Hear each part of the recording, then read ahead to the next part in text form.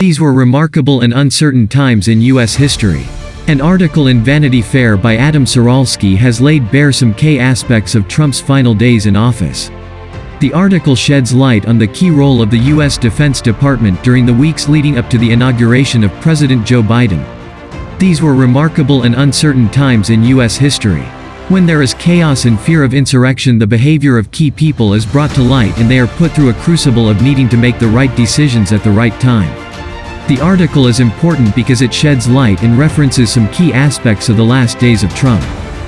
I sought and secured a front row seat to what was happening inside the Department of Defense, the only institution with the reach and the tools, 2.1 million troops and weapons of every shape and size, to counter any moves to forestall or reverse the democratic process, writes Ciralsky. The article begins with Acting Secretary of Defense Christopher Miller at the White House with his Chief of Staff, Kash Patel. They were meeting with President Trump on an Iran issue on January 5, the article states. We now know that the next day a massive protest in Washington would lead to attacks on the U.S. Capitol and ransacking of offices of U.S. senators. This was unprecedented. The article includes key insights from Miller, Patel and Ezra Cohen-Watnick, the Undersecretary of Defense for Intelligence. Miller came with experience from wars in Afghanistan and Iraq. He had commanded an airborne special forces battalion. The report looks at a week in his life basically, prior to January 19. Miller had 3 goals, he told the writer. No military coup, no major war, and no troops in the street, before observing dryly, the "no troops in the street" claim changed dramatically at about 14:30. So that one's off the list. It shows the extraordinary place the U.S. was in, during the fall of 2020 after the U.S. election, that a coup was even considered. The reference to a coup is left hanging. It's not clear what he meant. It is known that Trump attempted to reverse the election result.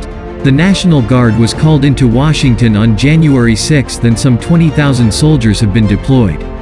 Patel told the writer that the U.S. had been successful in getting things done over the last several years. We ended 3 wars. Went to Damascus for American journalist and hostage Austin Tice. It is not clear what wars he is referring to. Trump sought to get out of Afghanistan and Syria. However, Syria is not really a major war today. There was largely a myth that the conflict against ISIS in Syria was an endless war, when in fact it was a successful operation with almost no ground troops. The Tice comment is more interesting. In October 2020, the Wall Street Journal wrote that Patel went to Damascus as a White House official for hostage talks. Tice is from Texas and he was born in 1981. He went missing in Syria in 2012 during the Syrian Civil War. A former U.S. Marine, he was a freelance journalist when he went missing, allegedly taken by the Syrian regime. The discussions show that the Americans believed they could get him back or at least learn of his fate. The Trump administration sought often to get U.S. hostages back, such as Pastor Andrew Brunson, who was held by Turkey. The attempt to get information on Tice and the lengths the U.S. went to complete this mission is clear, however it is unclear why nothing came of it. The Syrian regime likely wanted sanctions relief. Trump could cave on that key policy. Another part of the article touches on Miller's comments about the $1.5 trillion F-35 Joint Strike Fighter, a deeply flawed system I had covered at length for Vanity Fair, a purportedly off-the-record conversation that someone in the Pentagon decided to simply post on the Defense Department's website.